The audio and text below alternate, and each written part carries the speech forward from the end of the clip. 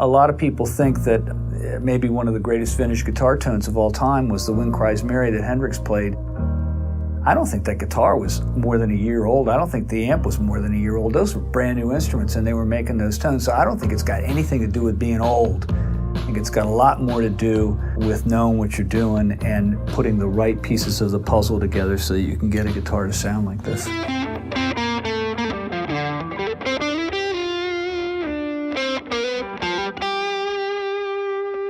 And this is a 594. The scale length is 24.594, which is 24 and 19/32. I like to measure scale lengths, and it's one of my favorites. What drove us to do a vintage-inspired instrument now? There's a couple things driving the bus. One, PRS Guitars isn't just in competition with all the other guitar manufacturers. There's millions of vintage guitars out there, and somebody can use their money to buy a vintage guitar or a new guitar. And one of the things that I wanted was to have an instrument that served the musician as well or better than the vintage instruments they had. One of the things I wanted to have happen was to have an instrument that you could buy that was brand new, that sounded big and open and vintage, and not have the problems of vintage guitars. Part of the 594 for us is saying this is the core of these vintage instruments done with modern techniques. One of my favorite sayings is the physics on my bench isn't any different than the physics on Dummel's bench or in Fullerton, California, or wherever these magic old guitars were made. And I always thought that was a great comment. We have the same ability to dry the woods, getting all the resins crystallized. We're still making sure that things are really hard in the finish and really thin. The second thing is that people are starting to use the guitar as a synthesizer controller for their pedal board. And I wanted a new guitar that somebody would want to plug straight in and it sound big and open and vintage and modern at the same time. I was at a music store in Chicago and we were doing a clinic and I was talking about 57s this and 59s that, and I was talking about different models of vintage guitars and, you know, what my experiences were with this, that, and the other. And this guy stands up in the middle of the crowd, he raises his hand, he goes, Paul, we've never played a 57. We've never played a 59. We've never played a 61. All we've played are reissues. We don't know what you're talking about. And I realized at that time that I had spent my entire career going to these vintage shows and playing all these old instruments, and they had not been doing that. They now thought that a reissue was what I was talking about. That day inspired me to want to say, well, if that's true, well, maybe we could put something out that would be not just reflective, but deeply competitive with that stuff. We released the 594. We didn't talk a lot about what was in the guitar. This guitar was just taken out of a box at one of our production instruments. And when I plugged it in, I mean, it just kept going and going and going and going and going and going. Why has the market accepted 594s so well? And I just wanted to go over each piece of the guitar really quickly. The first thing is that anything that the guitar string touches is God. And magic for the player is paying attention to a huge amount of detail. So I'll give you an example. If you got everything right, but the nut's not right, you got a problem. You got everything right, but one of the pickups is not right, you got a problem. You got everything right, but the guitar doesn't stay in tune, you got a problem. If everything's right, but it doesn't play in tune when it's in tune, you got a problem. Every little teeny piece is a deal breaker, and you've got to get them all right. Attention to detail is a cumulative event, and every time you don't get one right, it subtracts from the guitar in a way that's not musical. We have done everything in our power to get every little piece of this right.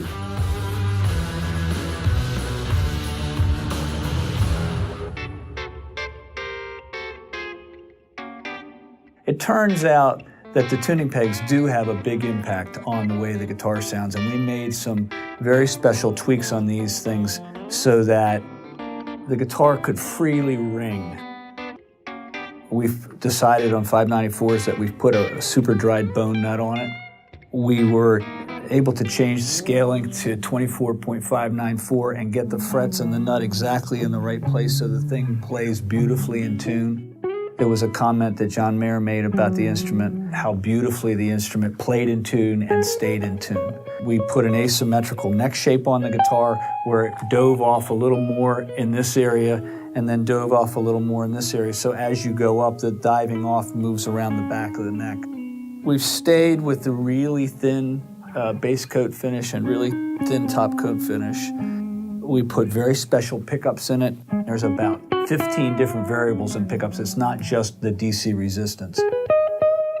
Instead of talking about how many turns are on it or what kind of Alnico or what kind of wire or what kind of this or what kind of that, we just let the market make a decision for themselves, and the feedback we got was almost 100% positive in terms of how much they like the way the pickups sound. And what we didn't advertise when we came out with this guitar is it has basically the same pickup in the treble and bass position. Very often with us and other companies, we'll wind the treble pickup a little different than the bass pickup because they're in a different position and call for that. But somehow these pickups sounded beautiful, wound the same in both positions.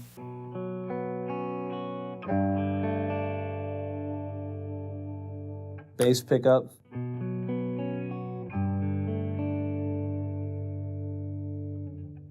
There's a couple of really good indicators about what's a really good guitar.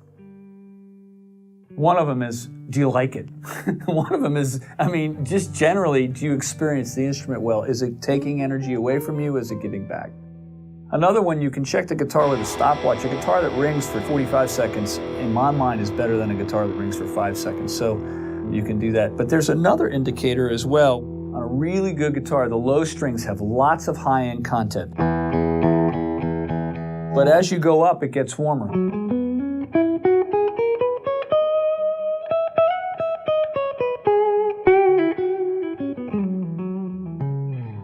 Treble pickup.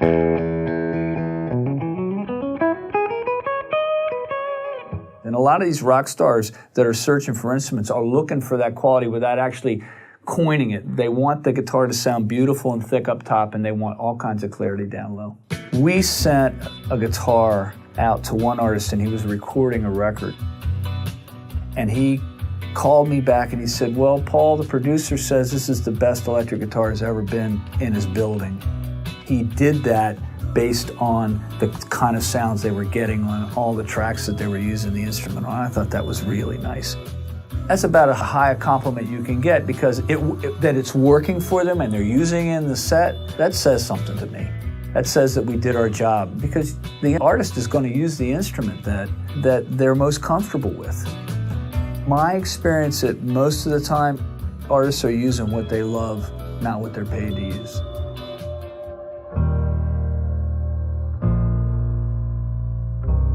Holy Grail tone is different for every artist. The tone that Carlos gets and the tone that Mark Tremonti gets and the tone that any other artist gets is different in their head, but could they use this to get that? That's the question. The idea of this guitar is not that it does one specific thing. The idea of this guitar is that you could use it to play jazz on.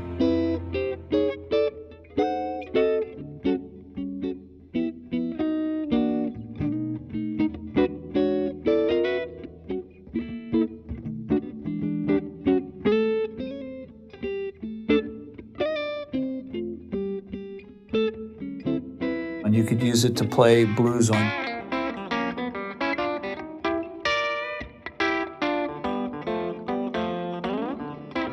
You could use it to play R&B on. You could use it to play rock on.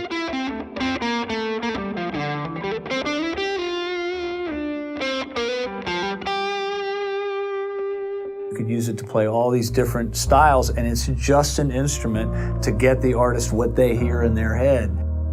I like tools that'll do a lot of different jobs. If it was only a funk guitar, and that's all it did well. In my mind, okay, that's fine, but I'm trying to build an instrument that is a tool that anybody could find a use for in a good way. It's one of those guitars you can pick up and use. It should drive a pedal board well, it should drive an amp well, it should record well, it should stay in tune, it should play in tune. All the things that you would want from a guitar.